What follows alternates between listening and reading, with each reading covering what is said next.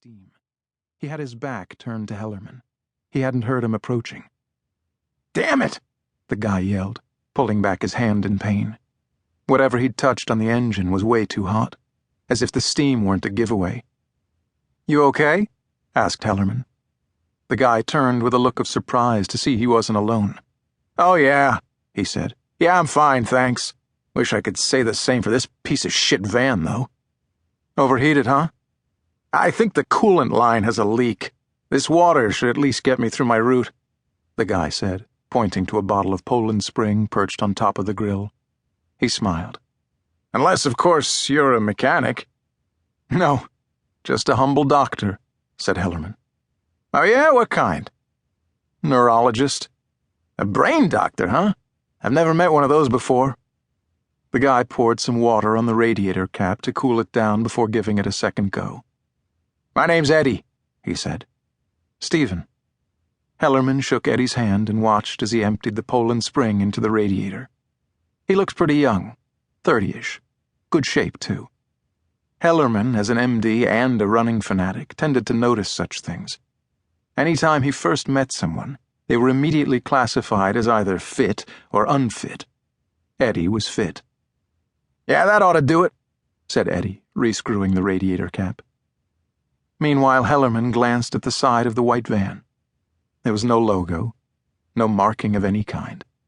Eddie, nonetheless, was dressed in matching gray shorts and a tucked-in polo, much like a driver for FedEx or UPS. "You mentioned having a route," said Hellerman. "Are you a delivery man, Eddie?" Eddie smiled again. "Something like that," he said before slamming the hood. "But my real specialty, Dr. Hellerman, is pickups." Hellerman's toes twitched inside his Flyknit racers. Never mind that he hadn't told Eddie his last name. Just the way the guy delivered the line, hell, the line itself, was enough to set off every warning bell in his head. My real specialty is pickups?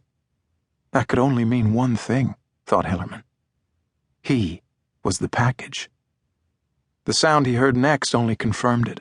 It was the van's side door sliding open. Eddie wasn't alone. Out came a guy who could have been Eddie's brother, if not his clone.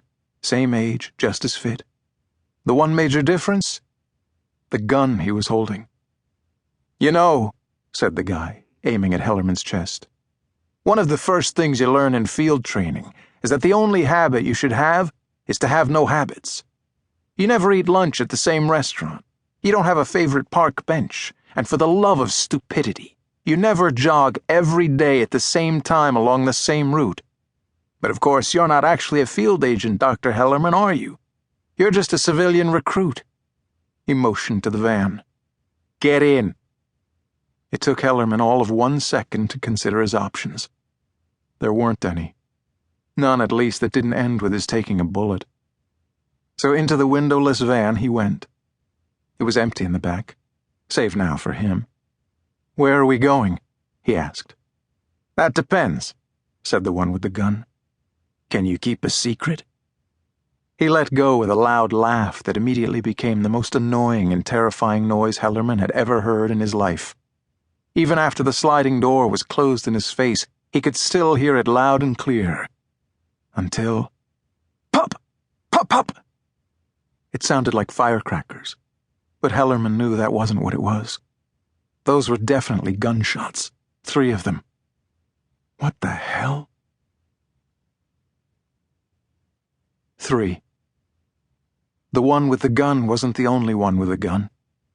Before Hellerman could even begin to figure out what had happened outside the van, Eddie opened the driver's side door and quickly climbed behind the wheel. He slid his Beretta M9 into one of the cup holders so casually it could have been a grande mocha from Starbucks. "You're safe now," he said, starting the engine. "But we need to get out of here, fast." "Eddie, who are you?" asked Hellerman. "My name's not Eddie," he said, shifting into drive and punching the gas simultaneously. The tires screeched, kicking up gravel from the side of the road, as Hellerman frantically grabbed the back of the shotgun seat to hold on. As he watched the speedometer hit 40, then 50, then 60, he waited for not Eddie to elaborate, but nothing came.